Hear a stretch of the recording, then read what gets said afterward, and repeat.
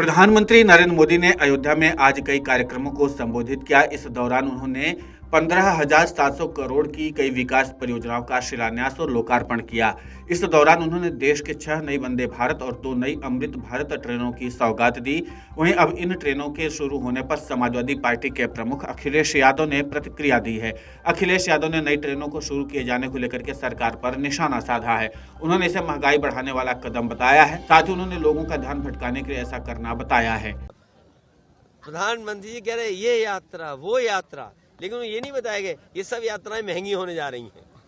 उन्होंने पूरे देश की यात्राएं बताई कि ये यात्रा यहाँ की सबरीमलाई की यात्रा, अरुणाचल की यात्रा, 14 कोसी यात्रा, आपके कलकत्ता के लोग आएंगे, रामेश्वरम से लोग आएंगे, सब यात्राएं उन्होंने बताई। लेकिन उन्होंने ये नहीं बताया यात्रा आने में आपको कितना खर्चा बढ़ जाएगा।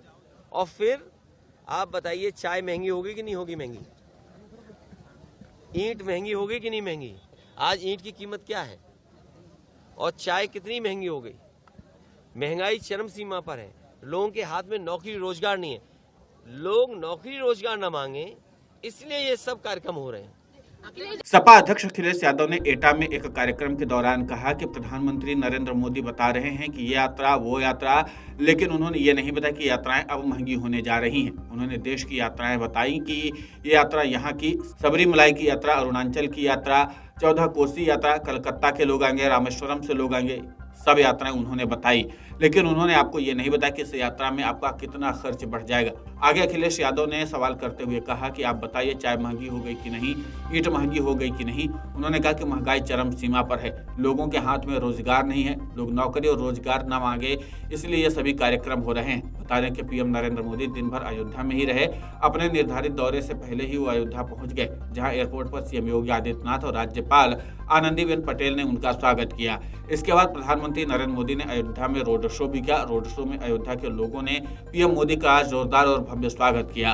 लोगों ने प्रधानमंत्री मोदी पर पुष्प वर्षा भी की। इसके बाद पीएम मोदी ने वंदे भारत और अमृत भारत ट्रेनों का उद्घाटन किया। इसके साथ ही उन्होंने अयोध्या के महर्षि वाल्मीकि अंतर्राष्ट्रीय हवाई अड्डा अयोध्या धाम का भी उद्घाटन किया।